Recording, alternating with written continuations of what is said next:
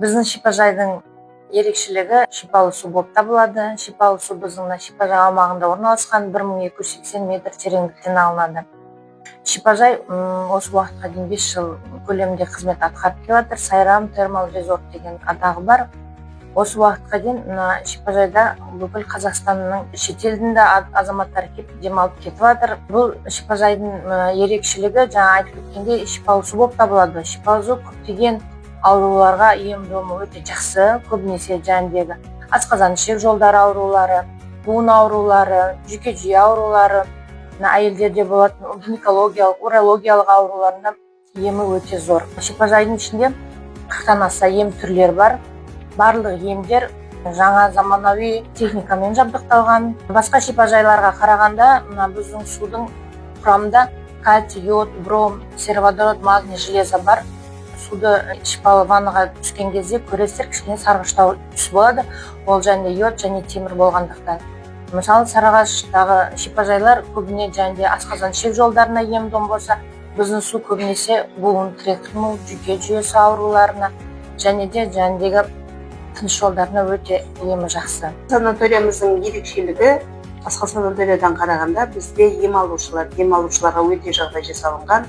Барлығына қыстың кезінде санаторияның тек ішінде ғана жүреді, сыртқа ешқандай ем-домға шықпайды. Іште барлық жеңіл бір халатпен жүріп, бір ғана комнаталық тапочкамен жүру арқылы жаңағыдегі емді сыртқа шықпай қабылдайды. Өте жағдай жасалынған. 5 мезгіл тамағымыз бар біздің. Сосын басқа санаториядан біздің санаториямыздың айырмашылығы, бізде тек қана арша ағашы, павлония ағашы отырғызылған. Бұл мынау ағзамызға оттегін жақсы қамтитын, тыныс жолдарын өте ашатын, сондай керемет жағдай жасалған. Сондықтан біздің санаторияны таңдаңыздар, келіңіздер, бізге келіп демалыңыздар. Мен Манкеев Медетбек Өрісбекұлы, осы Сайрам термал резорт шипажайының бас менеджерімін. Шипажай туралы айта кететін болсам, 2019 жылдан бері істеп келе жатырмыз.